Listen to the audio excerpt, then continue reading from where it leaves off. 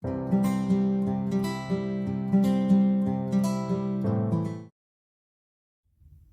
there, art nerds! Today we are back with another mechanical pencil review. Today I'm taking a look at the Pen & Gear No. 2 mechanical pencils. These were purchased at Walmart about 6 months ago, and I paid about $2.99 for the pack. And there are 5 pencils in this pack, but no replacement leads and no replacement erasers. They are blister packed in cardboard and plastic, pretty nondescript and not exciting packaging here, not much information to go on, and there are 3 leads per pencil.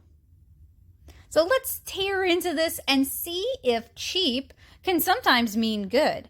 I reviewed some Jot mechanical pencils in the past that I really liked, so I do like diving into the cheaper end of things and seeing if there's anything worth talking about.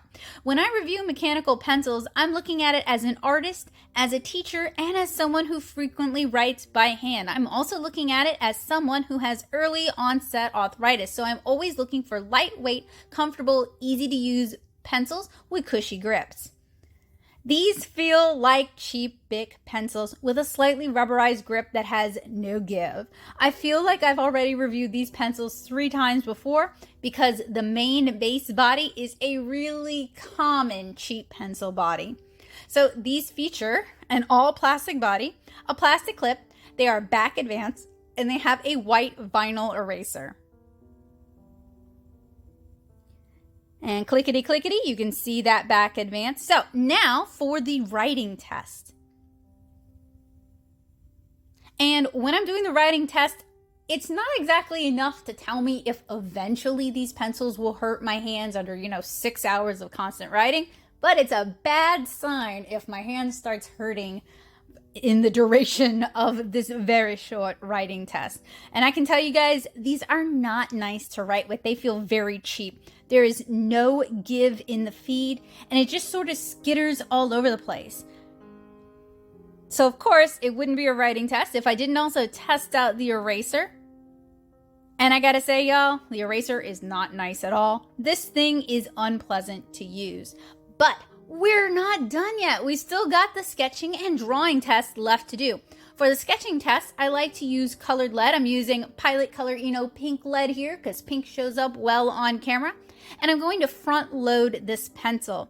This is a pretty common technique that I use when I want to put just one specialty lead into a pencil without removing all the other lead. I was able to front load it.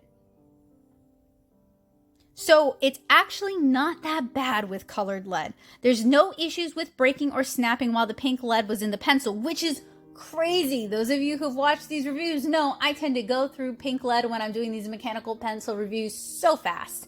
Most pencils are lead snappers. So this is probably fine for math homework. It actually feels more secure with the pink lead than with the included lead. And if you guys couldn't tell, I am actually working along with a transcript that I wrote while I was actually testing these pencils out. You guys will be able to find the transcript down in the description below. My ADHD has just been acting up a lot lately, and it's much easier working with a transcript. So these are not very pleasant to draw with, but they would do in a pinch. And we drew a cute little Cupid because I was doing a bunch of mechanical pencil reviews on Valentine's Day. So now that we've finished sketching, it's time to remove that pink lead and do the drawing test using the lead that actually came with this pencil. And the Pen & Gear pencils are No. 2 pencils, so they should be fine for your Scantron style tests. I know Scantron machines are real picky about everything. But I have to say, y'all, these are not very pleasant to draw with, but they do in a pinch. Basically, this is fine for your math homework, and it's all right for a budget pencil. But I think there are better budget pencils out there. I've reviewed quite a few of them from Dollar Tree. Jot makes some pretty good pencils, and I'll keep reviewing cheap pencils until I find even more great budget buys. If you have a favorite budget pencil that I haven't yet talked about, and I've reviewed a lot of mechanical pencils here on the channel, let me know down in the comments below. Tell me all about your faves. What do you like about those pencils? And hey, if you disagree with me and you like this pencil, other than the price, let me know what you like about it. It's hard not to like the price on this one.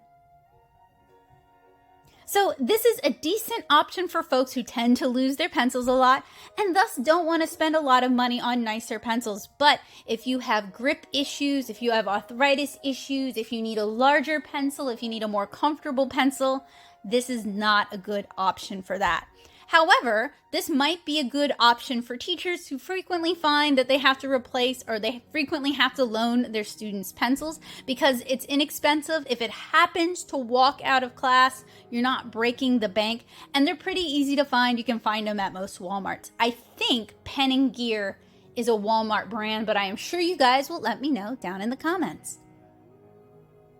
So I do a lot of mechanical pencil reviews. I always try to talk about how they handle for writing, sketching, and drawing.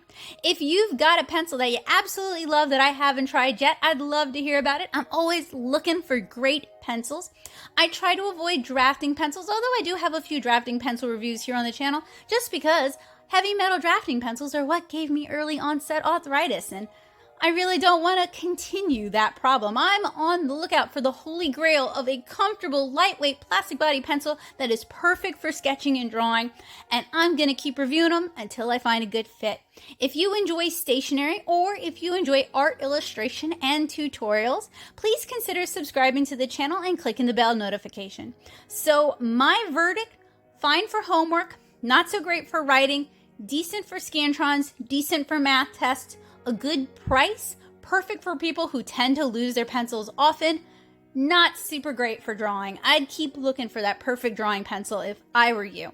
So I hope you guys found this review to be helpful, useful, and informative, and I'll see you guys later. Have a wonderful day, guys. Bye!